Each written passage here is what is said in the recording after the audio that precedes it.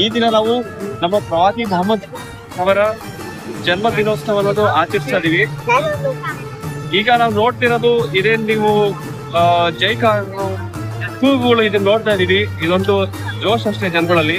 ಆದ್ರೆ ನಮ್ಮ ಪ್ರವಾದಿ ಮೊಹಮ್ಮದ್ ಅವರು ಒಬ್ಬ ಶಾಂತಿ ದೂತರಾಗಿ ಹುಟ್ಟಿದ್ರು. ವಿಶ್ವದಲ್ಲಿ ಒಂದು ಭ್ರಾತೃತ್ವ ಶಾಂತಿಯನ್ನ ಹರಡ್ಸಕ್ ಬಂದಿದ್ರು. ಅವ್ರಿಗೆ ರಹಮತುಲ್ಲಿಲ್ ಆಲಮೀನ್ ಅಂತ ಕರೀತಾರೆ ಅರಬಿಯಲ್ಲಿ. ಹಾಗಂತ ಹೇಳಿದ್ರೆ ಅವರು ಇಡೀ ಪ್ರಪಂಚಕ್ಕಂತೂ ಶಾಂತಿ ದೂತರಾಗಿ ಶಾಂತಿಯನ್ನು ಹರಡ್ಸೋರು ಬಂದಿದ್ರು. ನಾವು ಪ್ರವಾದಿ ಮೊಹಮ್ಮದ್ ಅವ್ರ ಜೀವನದಲ್ಲಿ ಏನೇನೋ ಮಾಡಿದ್ದಾರೆ, ಏನೇನೋ ಮಾಡಬೇಕಂತ ಹೇಳಿದ್ದಾರೆ, ಮತ್ತೆ ಯಾವ ರೀತಿ ಜೀವನ ನಡೆಸಬೇಕು ಅಂತ ಹೇಳಿದ್ದಾರೆ, ಅದೇ ರೀತಿಯಲ್ಲಿ ಜೀವನ ನಡೆಸಬೇಕು. ಅಸ್ಸಲಾಮು ಅಲೈಕುಂ, ಜೈ ಹಿಂದ್, ಜೈ ಕರ್ನಾಟಕ.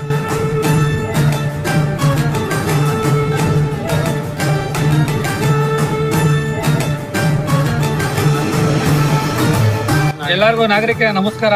ಹೀಗಾಗಿರೋದ್ರಿಂದ ಕರ್ನಾಟಕ ಸರ್ವಜನಾಂಗ ಸಂರಕ್ಷಣೆ ವೇದಿಕೆ ರಾಜ್ಯಾಧ್ಯಕ್ಷರು ಮತ್ತೆ ಸಂಸ್ಥಾಪಕರು ಬಾಬಾ ಅಂತ ಎಲ್ಲರಿಗೂ ಶುಭ ಹಾರೈಸ್ತೀನಿ ಇವತ್ತು ದಿನ.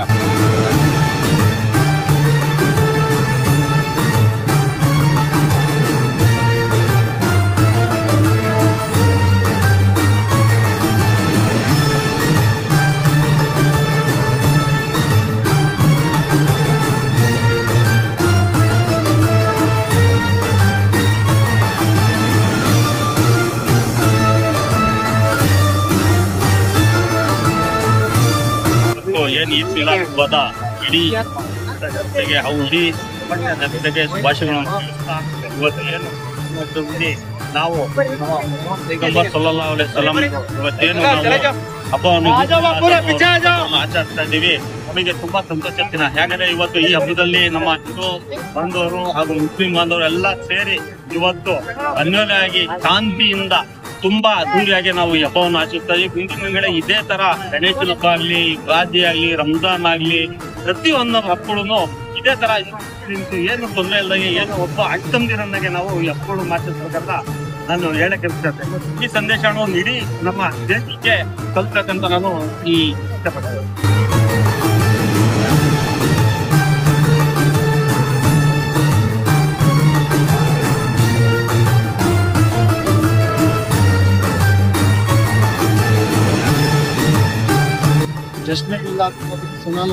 ನಾವು